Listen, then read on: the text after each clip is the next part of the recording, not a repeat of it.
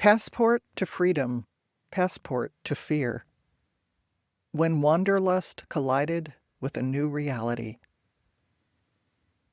I didn't get my first passport until I was 40. While my friends traveled around the world and hitchhiked through Europe, I considered travel a waste of my limited resources. Why go on a trip, I thought? I'll have nothing to show for it. If I ever had money to spare, I spent it on a bookcase or a soup pot, things that would last. I clearly didn't understand travel. My first international trip was with my 13-year-old daughter, a budding Francophile who desperately wanted to go to France. We marveled at the ancient heaps of bones deep in underground catacombs, savored duck cooked on hot stones in Uzès, relished the brilliant colors of Monet's garden. After that mother-daughter journey, I got hooked on travel. In the decades that followed, I made up for lost time, exploring Europe, Asia, Mexico, South America, the Middle East. I loved the person I became when I traveled. The controlled list-maker disappeared, and the sensual, creative, spontaneous adventurer took her place. I reveled in the moment, savored every new experience, exulting in wonder, pleasure, curiosity, joy.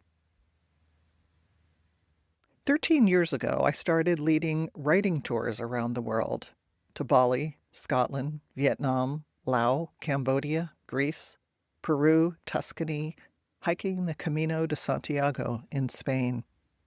I figured out how to travel and get paid for it. The last time I renewed my passport, I opted for the double-size version because I'd filled up the one before that. That big, fat, blue U.S. passport expires a year from now. When Trump returned to power with his totalitarian aspirations, I researched the earliest possible date I could renew my passport and put the date on my calendar. Threat was in the air. How quickly might things change? Could things get so bad that I'd need to leave my country?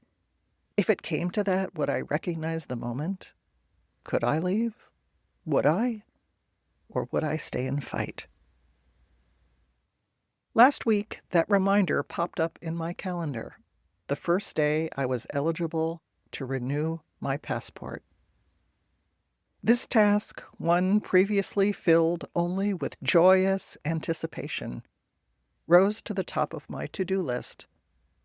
I wanted to renew my passport before the staff at the passport office was gutted, before it was too late. My TravelGov informed me that once I submitted my application, my current passport would become void. My next international trip, leading a tour in Bali in August, wasn't for a few months, but knowing I'd be without a passport didn't feel good. But I pressed on. I drove to my local Bay Photo Lab for a new digital passport photo. When I got home, I hopped on the federal website to fill out the form. As I typed in my name, I couldn't stop thinking, who will have access to my data, and what will they do with it? As I continued filling out the form, I was acutely aware of my privilege.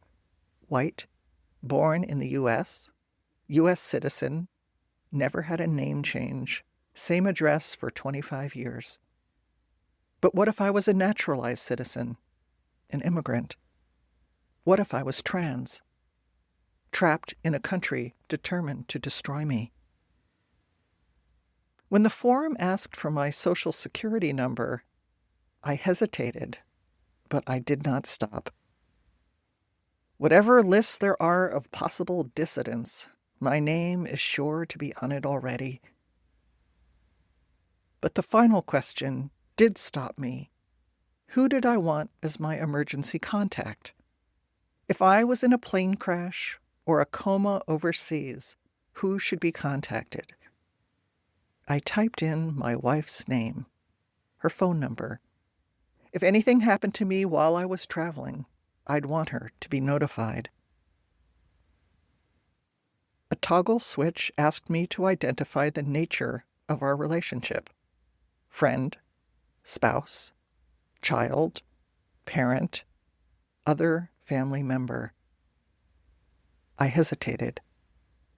As a white, privileged American, I had never hesitated before. But if the Christian nationalists in power have their way, I will definitely become a target. We will become a target.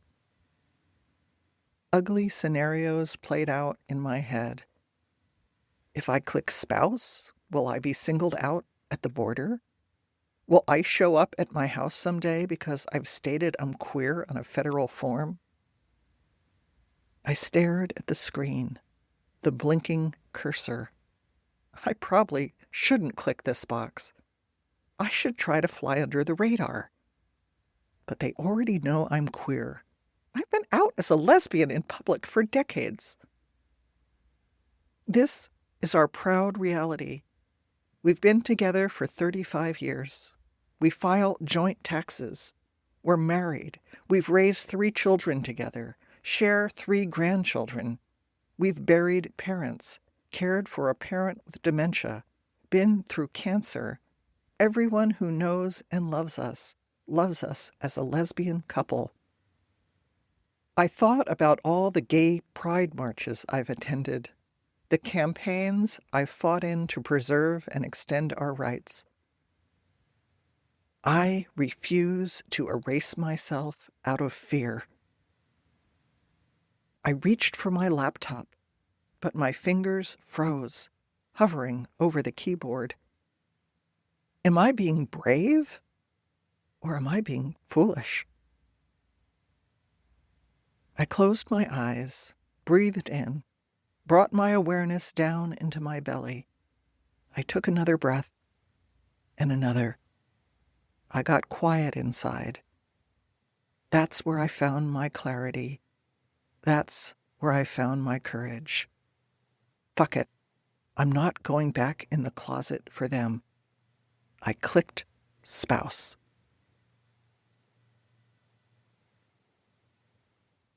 So today, I'm going to give you 2 prompts to choose from, or you can do both.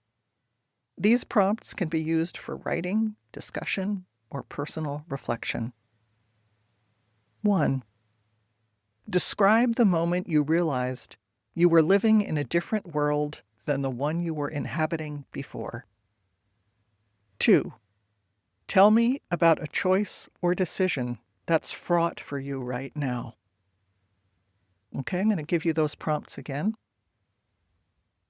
Describe the moment you realized you were living in a different world than the one you were inhabiting before. Tell me about a choice or decision that's fraught for you right now. As always, I invite you to share your thoughts or excerpts from your writing in the comments. And remember, every time you click the heart, leave a comment, or share a post, you're making it easier for new readers to discover the writer's journey. Write with Laura.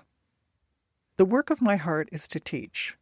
These are the writing workshops and retreats I've got coming up in 2025.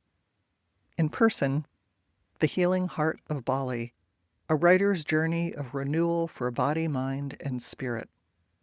Learn about Balinese spirituality and healing, and explore the back roads of Bali in 3 beautiful locations. August 10th to 25th. 3 spots left. And online, How to Write About What You Can't Remember. Learn to transform scraps of memory into a rich written legacy. This 5-week masterclass meets on Zoom and will be recorded if you can't attend all the sessions live. This starts next week, just in a few days, so if you're a last-minute person, you could jump on right now. The link is in the post. Writing practice class.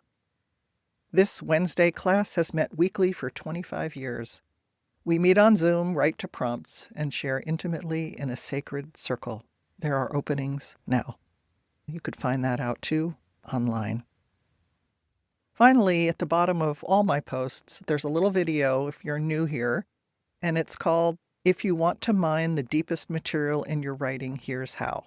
And so you can go back to the physical post, watch that video, and it will give you just a little bit of guidance about the best way to respond to prompts, whether you're a newbie, a beginner, or very experienced, seasoned writer. Thanks, everybody. I'll be back next week.